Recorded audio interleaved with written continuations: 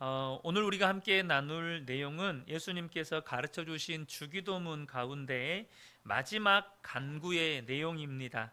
다만 악에서 구하시옵소서. 이 말씀을 가지고 함께 나누려고 하는데요.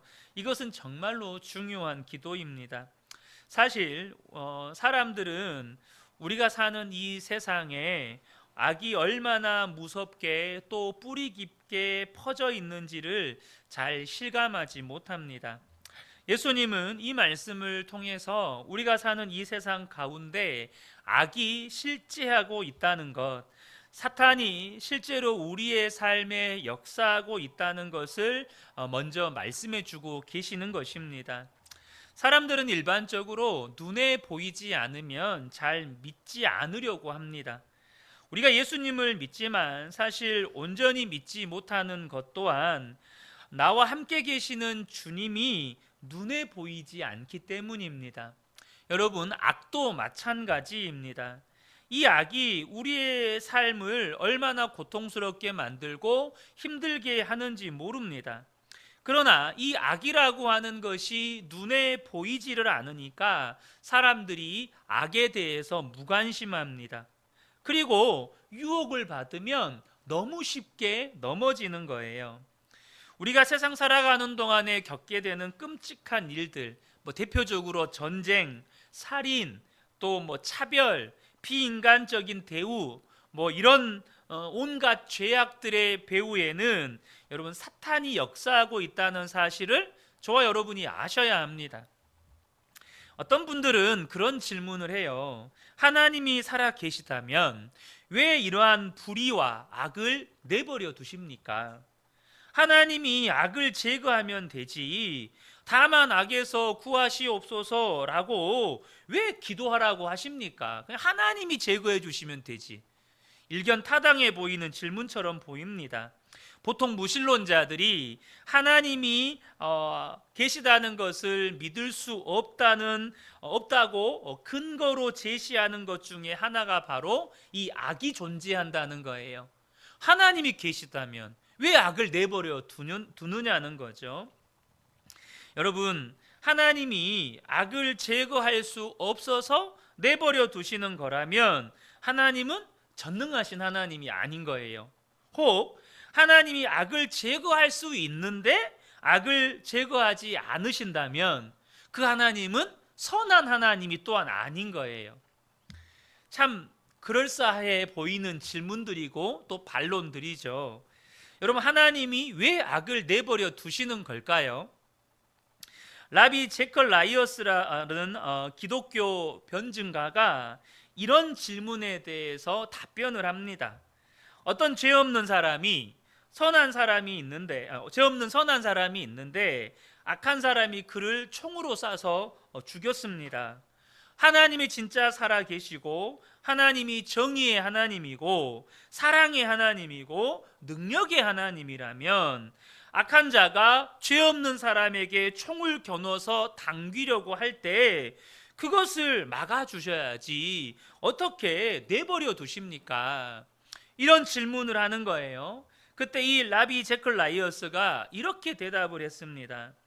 우리가 하나님으로부터 받은 가장 소중한 선물이 있다면 그것은 가장 고결한 윤리인 사랑입니다. 그 점에 대해서 이의를 제기할 사람은 아무도 없을 것입니다. 그런데 우리가 사랑을 하려면 반드시 전제되어야 하는 것이 자유입니다. 자유로운 선택을 할 수 있는 사람이어야 사랑이 진짜 사랑이 되는 것입니다. 만약에 어떤 행동을 하도록 결정되어 있는 기계 같은 존재라면 그는 진정한 사랑을 할 수 없습니다. 우리의 사랑이 소중하려면 사랑하지 않을 수 있는 자유도 전제되어 있어야 합니다. 그럼에도 불구하고 사랑을 선택할 수 있는 자유가 있어야 한다는 것입니다. 그래서 하나님은 우리에게 자유의지를 주셨고 우리들의 자유로운 선택을 훼손하지 않으시려는 것입니다. 우리가 하나님께 악한 자가 방아쇠를 당기려 할 때마다 멈추게 해달라고 요구한다면 아이들이 끓는 물을 건드릴 때마다 그것이 얼음물로 바뀌게 해달라고 요구해야 할 것입니다. 길을 건너려고 하는데 건널목에서 차가 신호를 지키지 않고 지나가려고 할 때 하나님께 그 자동차를 정지시켜 달라고 요구해야 할 것입니다. 이처럼 필요할 때마다 악을 멈춰 달라고 요구하는 것은 언뜻 보기에 괜찮아 보이지만 이러한 요구는 하나님더러 우리를 보호하는 대신에 파괴해 달라고 요청하는 일입니다. 그러한 요구는 사실상 선택할 수 있는 우리의 자유를 부정하는 것이고 온 마음과 영혼을 다해 하나님을 사랑하는 방법을 잃어버리겠다고 작정하는 것입니다. 만약 최고의 선인 사랑과 사랑을 선택할 수 있는 자유가 보장되려면 어쩔 수 없이 뜻하지 않는 사건들이 일어날 때 하나님께서 지켜보실 수밖에 없는 것입니다. 우리가 따르거나 거부할 권한이 보장됨으로써 비로소 궁극적인 윤리인 사랑이 가능하게 되기 때문입니다. 여러분, 좀 긴 설명이어서 어렵게 들리실지도 모르겠지만 굉장히 논리적으로 왜 하나님께서 악을 내버려 두시는 것인가에 대한 논리적인 답변입니다. 여러분, 하나님이 왜 악을 내버려 두시는 것입니까? 그것은 우리에게 자유를 주시고 그 자유에 의해서 하나님을 사랑하게 하시려고 하시는 것입니다. 라비 제커 라이어스의 설명의 언뜻 잘 이해가 안 되시는 분들도 계실지 모르겠습니다. 그 설명으로, 하지만 이 설명으로 인해서 하나님이 왜 악을 내버려 두시는지에 대한 모든 하나님의 뜻과 계획이 설명되지 않을 수도 있어요. 그러나 여러분, 이 설명을 들으면 그래서 하나님이 악을 내버려 두시는 거구나, 어느 정도 이해는 되실 거예요.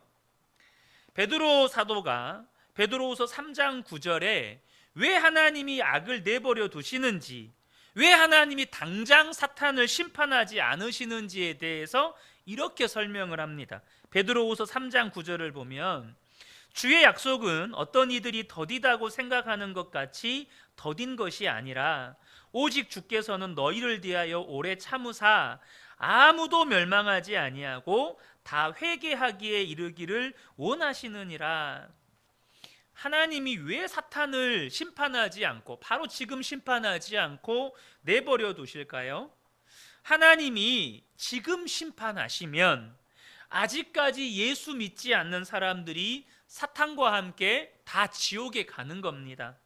근데 하나님이 심판을 하루 더 미루시면 그 하루만큼 구원받는 사람들이 더 생기는 거예요. 그래서 하나님이 그렇게 악을 내버려 두시는 겁니다. 이것으로도 설명이 부족하시는 분들도 계실란가 모르겠어요. 하나님은 왜 악을 내버려 두시는 것일까? 저는 그 확실한 대답이 십자가에 있다고 믿습니다. 무슨 말이냐? 여러분, 죄 없는 사람이 사형에 처해졌다면 이것은 온 국민이 분노할 일입니다. 상상할 수도 없는 일이에요. 여러분, 예전에 나왔던 7번 방의 비밀이라는 영화, 여러분 혹시 기억나십니까? 7번 방의 비밀이라는 영화 아시죠? 약간 지적장애인 아빠가 억울한 누명을 쓰고 이렇게 나중에는 이렇게 사형을 언도받게 되잖아요. 그런데 여러분, 우리나라의 인권이라고 하는 것을 찾아보기 힘들었던 군사정권 시절에 그렇게 억울한 누명을 쓰고 목숨을 잃은 분들이 굉장히 많습니다. 최근에 프랑스에서 폭동이 일어난 거 알고 계시죠? 그런데 그 폭동이 왜 일어났습니까? 여러분, 17살짜리 이 알제리계 청소년이 경찰이 발포한 총에 의해서 죽었기 때문이었습니다. 경찰이 총을 발포할 여건이 갖추어지도 않았는데도 불구하고 이 10대 청소년이 알제리계, 그러니까 아랍계죠. 아랍계 청소년이라는 이유로 그렇게 총으로 쏴서 이렇게 사살이 된 거예요. 그래서 이게 단순한 시위가 아니라 프랑스가 지금 비상사태를 선언해야 되나 말아야 하나 할 정도로 엄청난 폭동이 일어나게 되어버렸습니다. 뭘 말하는 겁니까? 죄 없는 사람이 사형에 처해진다는 거, 죄 없는 사람이 억울하게 죽는다는 건 엄청난 악입니다. 그런데 예수님은 죄가 없으신 분이세요. 죄 없으신 분이 십자가에 못 박혀 죽으셨습니다. 이것은 무서운 악이에요. 그런데 하나님은 이 악을 막지 않으셨습니다. 왜 막지 않으셨습니까? 하나님이 능력이 없으셔서, 혹은 하나님이 사랑이 없으셔서, 혹은 하나님이 안 계시니까 그 악을 막지 않은 것입니까? 그렇지 않습니다. 우리를 구원할 길이 예수님이 십자가에 죽는 것 외에는 없으니까 하나님이 악에 의해서 예수님이 십자가에 죽으시는 것을 허락하신 거예요. 그래서 우리가 구원받은 겁니다. 하나님이 악을 방치한 게 아니에요. 그래야 저와 여러분이 구원받을 수 있으니까, 그것이 우리가 구원받을 수 있는 유일한 방법이기 때문에 하나님이 그 악을 그냥 내버려 두신 거예요. 하나님은 살아 계십니다. 하나님은 능력의 하나님이세요. 하나님은 사랑의 하나님이십니다. 그러나 여전히 우리가 사는 세상에는 악이 있어요. 어떤 사람은요, 그 악이 있는 것을 보고 하나님을 부인하고 하나님을 떠나가고 하나님을 안 믿으려고 해요. 그런데 어떤 사람은 그 악한 세상 속에서 오히려 하나님을 더욱더 찾습니다. 하나님의 얼굴을 구합니다. 오히려 하나님 앞에 더 나아가서 하나님께 엎드립니다. 모순이지 않나요? 똑같은 현상이에요. 악은 창궐합니다. 이 세상에 악한 일들은 너무너무 많이 일어나요. 당장 지금 우크라이나, 러시아 전쟁만 봐도, 아프가니스탄에서 일어나고 있는 그 비인권적인 행태들만 봐도, 저 북한에서 일어나고 있는 저 살벌한 북한 정권만 봐도 이 세상은 악이 넘쳐납니다. 그런데요, 그럴수록 하나님을 찾는 사람들이 있고요, 그것 때문에 하나님을 부인하는 사람들이 있어요. 우리가 분명하게 알아야 할 것이 하나 있습니다. 그것은 악에 대해서 저와 여러분이 무지해서는 안 된다는 거예요.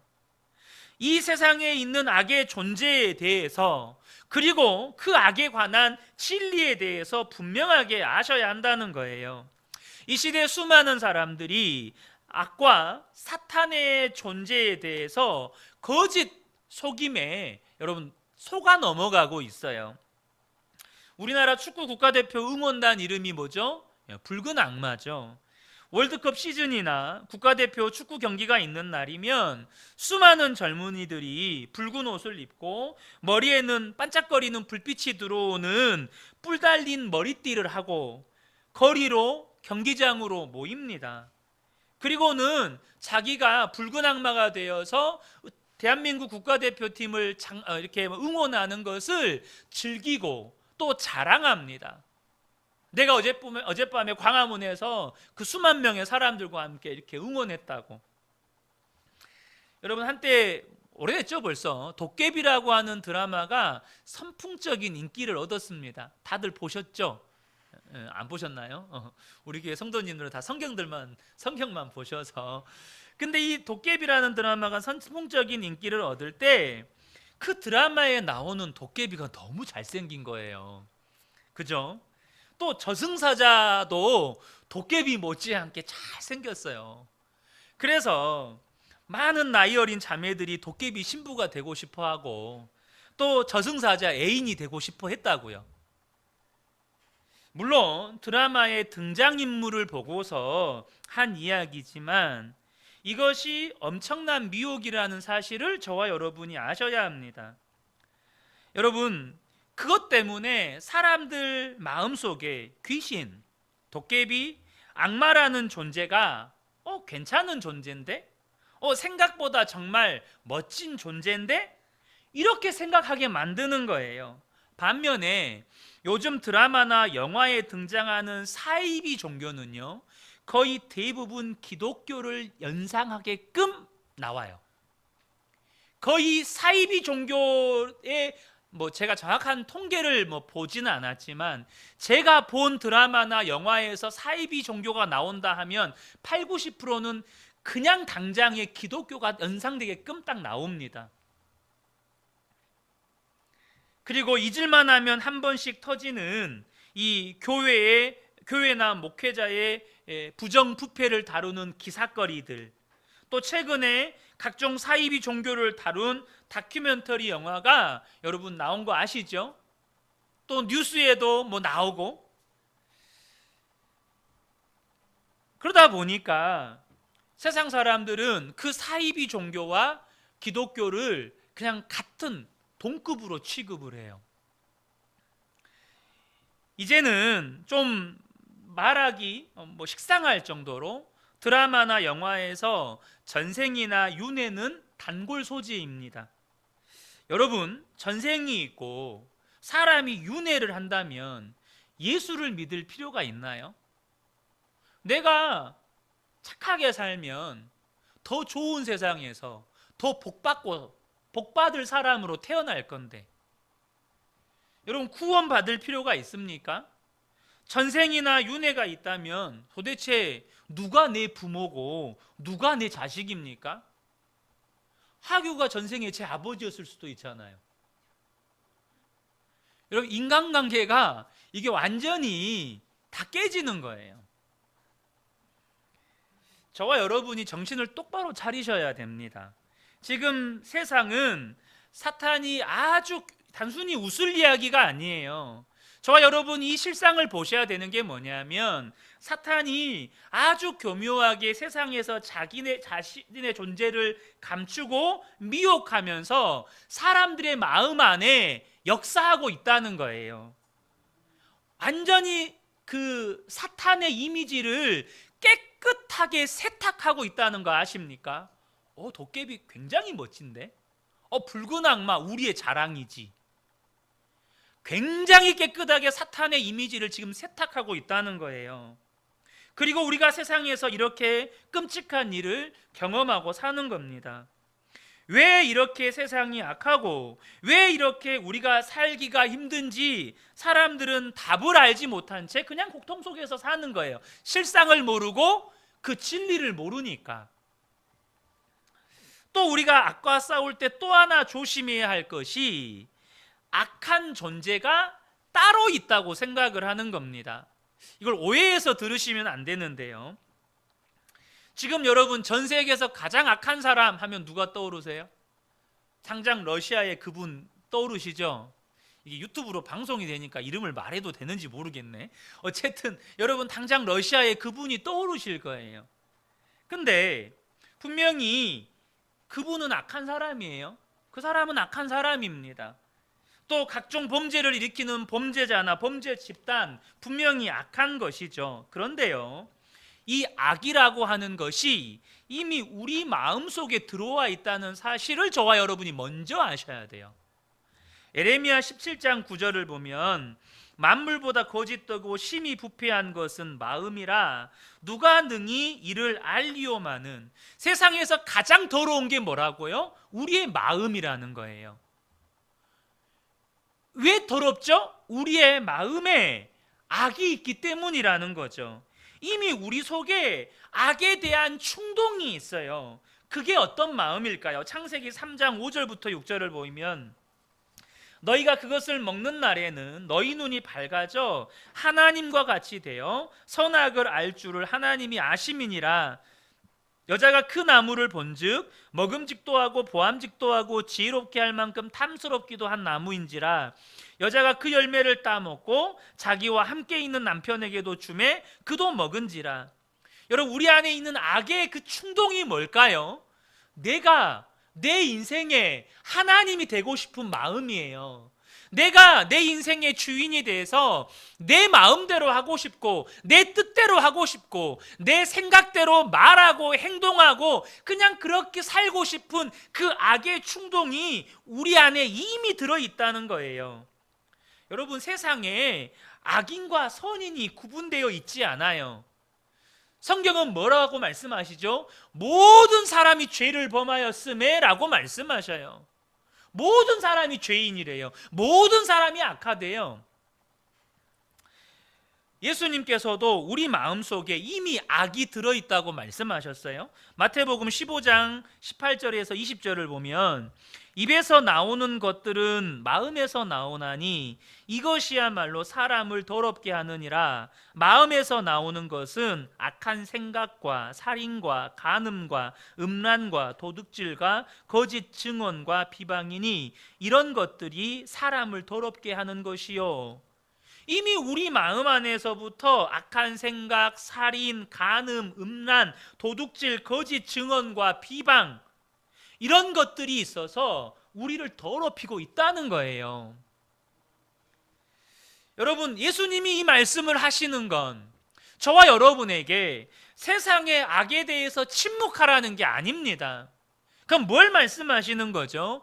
저와 여러분이 내 속에 있는 악을 이기지 못하고서 다른 사람이 악하다, 이 세상의 저런 현상들, 악한 현상들을 보면서 저것이 악하다 아무리 말해도 소용없다는 거예요.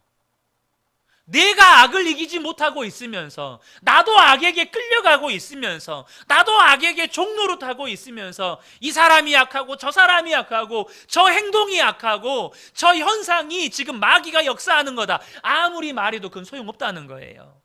왜요? 이미 내가 악에게 끌려가고 있으니까, 이미 내가 악에게 종노릇하고 있으니까. 사람들 앞에서는 정말 괜찮은 사람처럼 보이지만 속으로는 온갖 더러운 생각들을 품고 살아요. 우리에게 중요한 것은 먼저 내 안에 있는 악과 어떻게 싸워서 이길 것인가 하는 거예요. 여러분, 어떻게 해야 합니까? 그래서 우리의 마음이 바뀌어야 하는 것입니다. 마음이 바뀌어야 악을 이길 수가 있는 거예요.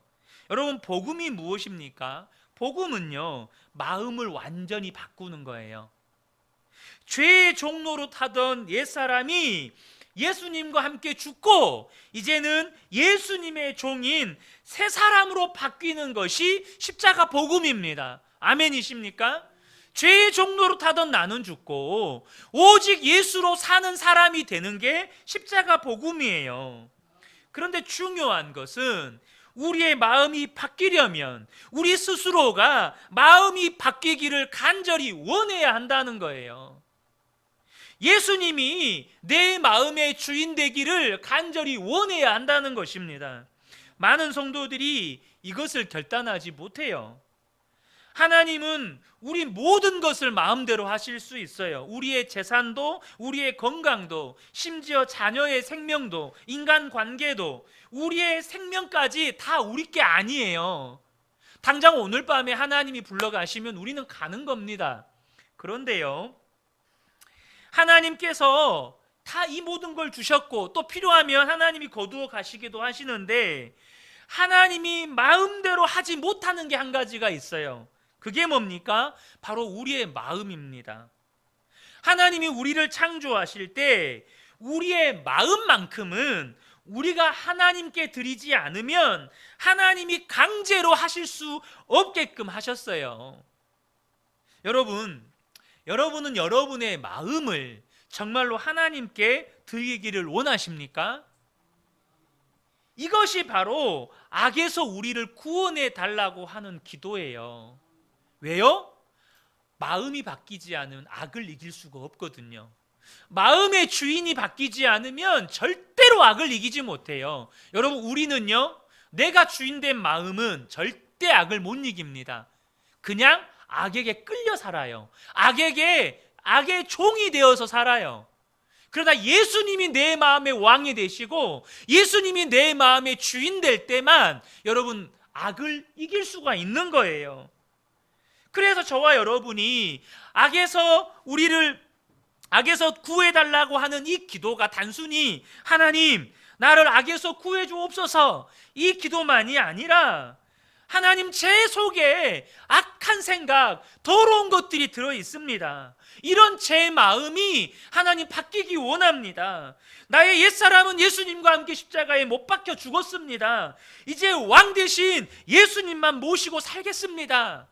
이 고백이 함축되어 있는 거예요.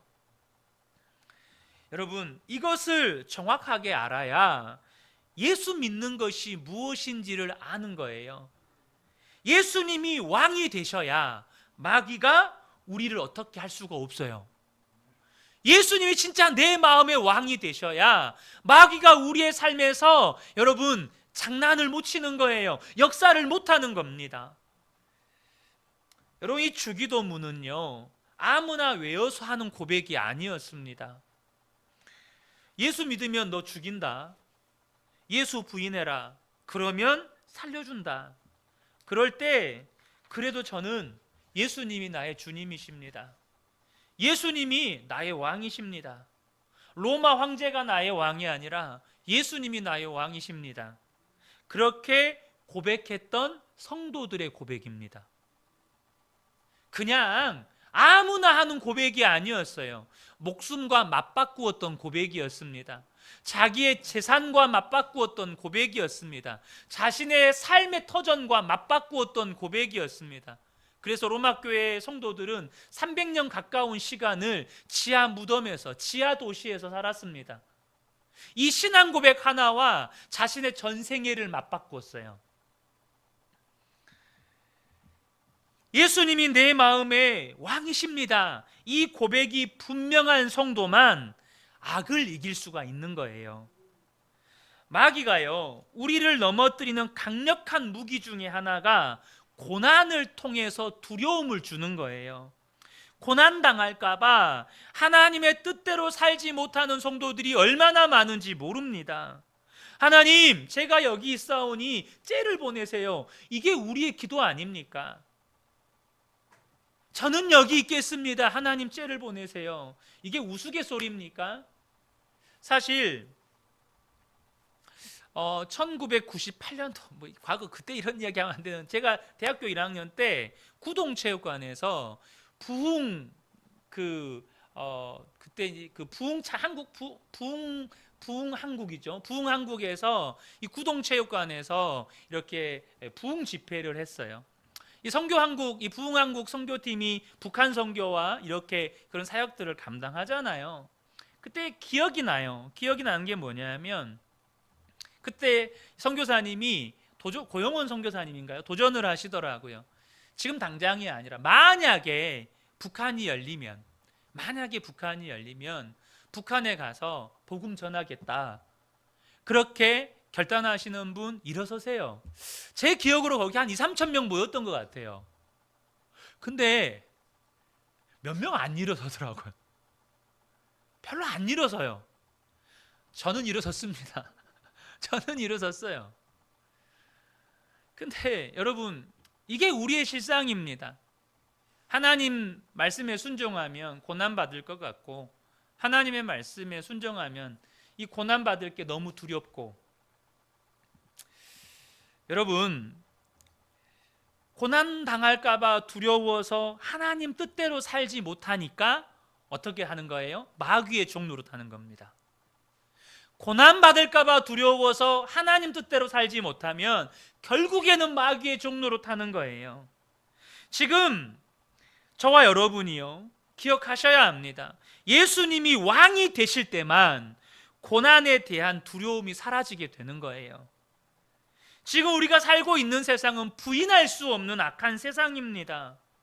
얼마나 마귀가 악으로 이 세상의 사람들을 그 마귀의 종노릇하게 만들고 수많은 성도들도 악에 이끌려 살게 만드는지 몰라요. 그런데 여러분, 악한 세상에서 살기 때문에 하나님의 자녀들이 고난당하는 일이 너무나도 당연하고, 또 앞으로는 그게 더 심해질 겁니다. 여러분, 이건 분명해요. 이건 제 말이 아니라 성경의 말씀이기 때문에 앞으로 예수 믿는 것이 더 힘들어질 거예요. 그런데 여러분, 고난은 저주가 아니라 은총이고 특권입니다. 아멘이십니까? 여러분 한번 상상을 해보세요. 우리는 언젠가 반드시 한 사람도 예외 없이 하나님 앞에 서게 될 것입니다. 여러분, 하나님의 백보자 심판대가 있고 그 앞에 저와 여러분이 서게 될 거예요. 그리고 저와 여러분의 지난날의 삶이 정말로 한편의 파노라마처럼 여러분이 생각하고 말하고 행동했던 모든 것들이 하나님과 수많은 천사들과 그 하늘나라에 있는 수많은 천국 백성들 앞에서 다 펼쳐져 보여지게 될 것입니다. 그런데 그렇게 한편의 영화처럼 여러분의 인생 지난날의 삶이 이렇게 지나가는데 주님을 위해 고난을 받은 경험이 없는 거예요. 주님을 위한 고난의 흔적들이 없는 거예요. 그저 자기를 위해 돈 벌고 성공하고 잘 먹고 살면서 편안하게만 살았어요. 여러분, 그날에는 그게 가장 큰 수치가 되고 부끄러움이 되는 겁니다. 누가 하나님 앞에 당당하게 부끄러움 없이 서게 됩니까? 계시록 7장 13절 14절을 보면요, 장로 중 하나가 응답하여 나에게 이르되 이 흰옷 입은 자들이 누구며 또 어디서 왔느냐? 내가 말하기를 내 주여 당신이 아시나이다 하니 그가 나에게 이르되, 장로가 말하는 겁니다. 정말 이 흰옷 입은 하나님 보좌 앞에서 구원하심이 우리 하나님과 어린 양께 있도다 정말로 찬송하는 그 구원받은 백성들은 큰 환난에서 나온 자들이라는 거예요. 큰 환난을 겪고 나와서 어린 양의 피에 그 옷을 씻어 휘어진 사람들이라는 거예요. 여러분, 주를 위해 받은 고난 없이 하나님 앞에 서는 건 결코 복이 아닙니다. 여러분, 이 말을 좀 논리적으로 풀어볼게요. 우리 중고등학교 때 3단 논법 아마 많이 배우셨을 거예요. 자, 이 말씀을 그대로 한번, 이 성경 말씀을 그대로 한번 풀어볼게요. 여러분, 우리가 이 땅에 사는 목적은 영원한 하나님 앞에서 당당하게 서기 위함입니다. 이거 진리 맞습니까? 영원한 하나님 앞에서 당당하게 서기 위함이에요. 그런데 주를 위해 고난 받은 사람만 하나님 앞에 당당하게 설 수 있어요. 성경 말씀을 그대로 인용한다면 큰 환난에서 나온 자들만 하나님의 보좌 앞에서 하나님을 찬양할 수 있어요. 그러므로 우리가 이 땅을 살아가는 목적은 고난 받기 위해 사는 거예요. 논리적으로 맞습니까? 틀렸으면 틀렸다고 말씀해 주세요. 그럼 이 말씀이 성경의 말씀을 그대로 풀어놓은 거 맞습니까? 우리가 이 땅을 살아가는 목적은 하나님의 보좌 앞에서 흰 옷을 입고 하나님의 은혜의 영광을 마음껏 찬양하는 그 영광스러운 하나님 나라 백성이 되기 위함이에요. 그런데 오직 주를 위해 고난받은 사람만 하나님을 찬양할 수 있는 자격이 부여돼요. 하나님 앞에 당당하게 설 수 있는 자격이 부여됩니다. 그렇다면 우리는 이 땅에 사는 목적이 주를 위해 고난받기 위해 사는 거예요. 주를 위해서 고난받아 본 적이 없는 사람은 하나님 앞에 설 수가 없다는 겁니다. 어떤 분은 이 고백이 두려운 분도 계실 거예요. 그러나 그것은 하나님 나라를 보지 못했기 때문입니다. 하나님 나라를 바라보는 눈이 뜨이면 고난이 두렵지 않게 됩니다. 고난과 비교할 수 없는 하나님 나라의 영광을 알기 때문이죠. 사도 바울이 그 일생을 보면 정말로 말할 수 없는 고난을 받은 인물입니다. 여러분, 그렇잖아요. 얼마나 많은 고난을 받았습니까? 얼마나 많은 죽음의 위기에 처했습니까? 그런데 여러분, 고난을 많이 겪은 사람들의 일반적인 특징 중에 하나는 뭐냐 하면 자기가 겪은 고난을 부각해서 말한다는 거예요.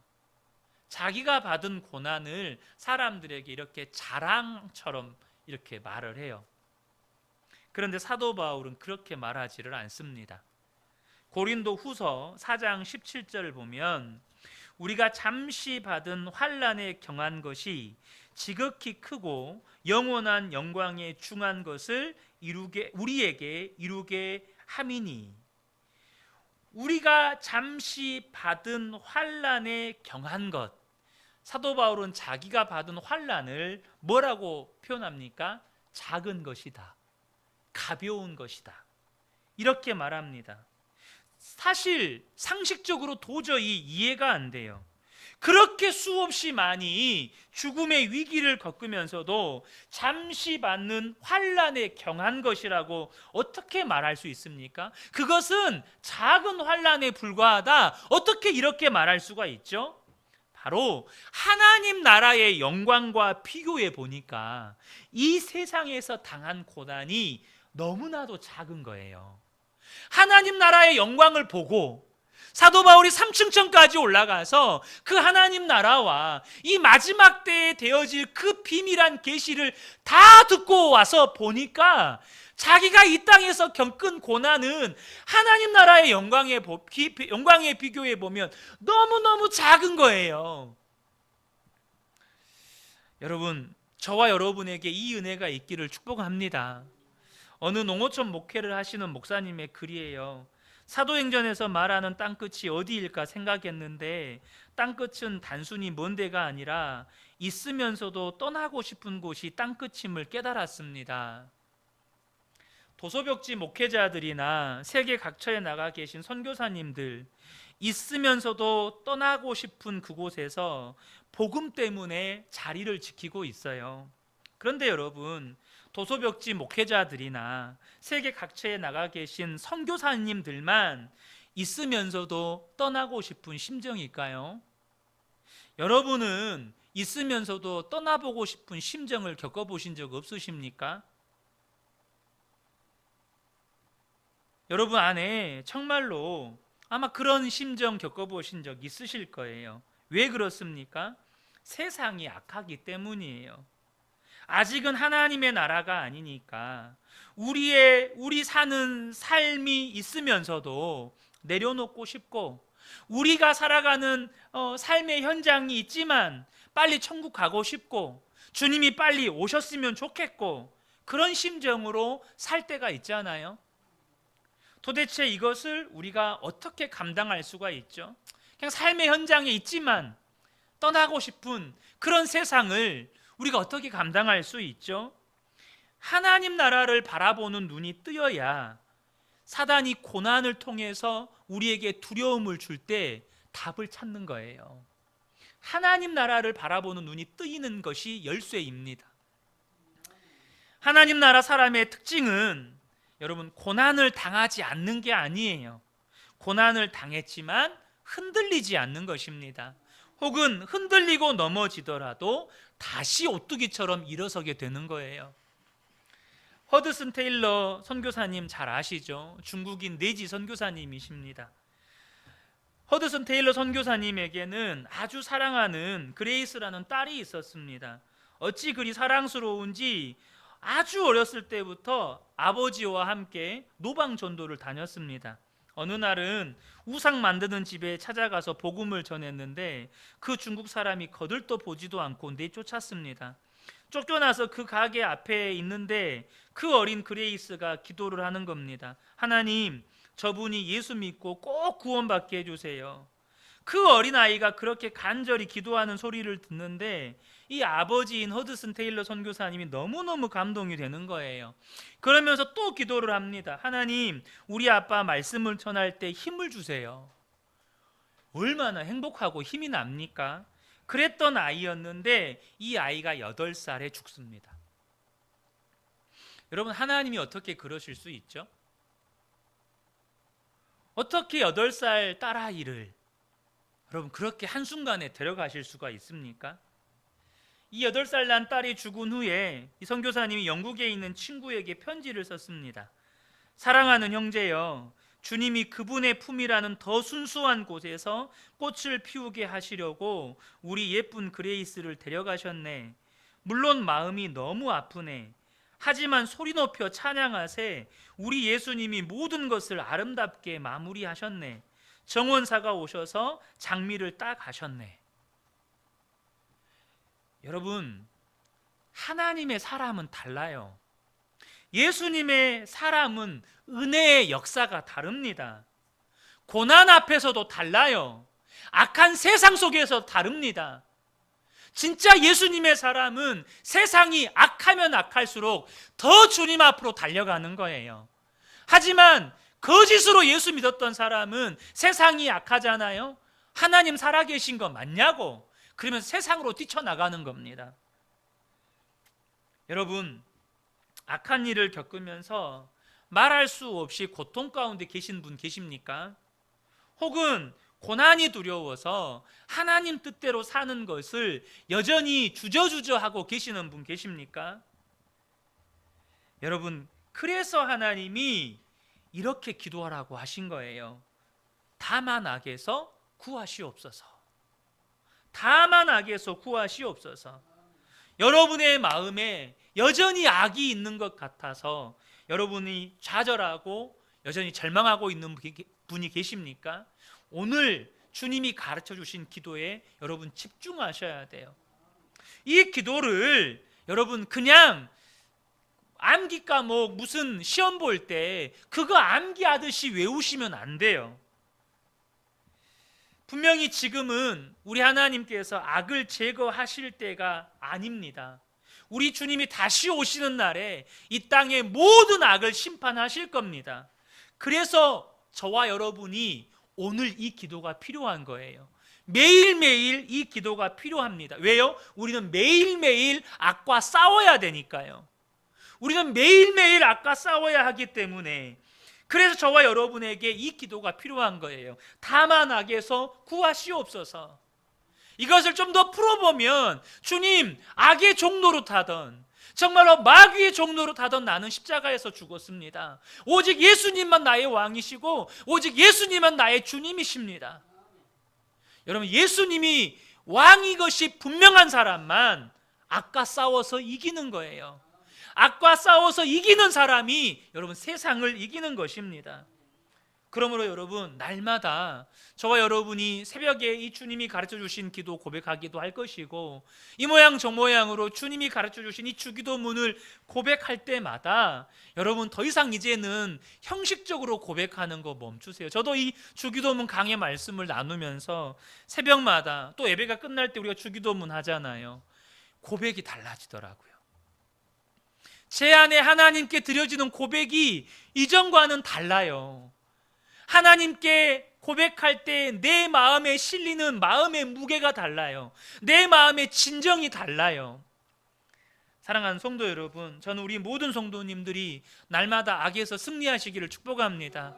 이 기도, 하나님 악에서 구하여 주옵소서, 다만 악에서 구하시옵소서, 날마다 이 기도를 통해서 악에서 승리하시는 복된 분들 되시기를 예수님의 이름으로 축복합니다. 아멘.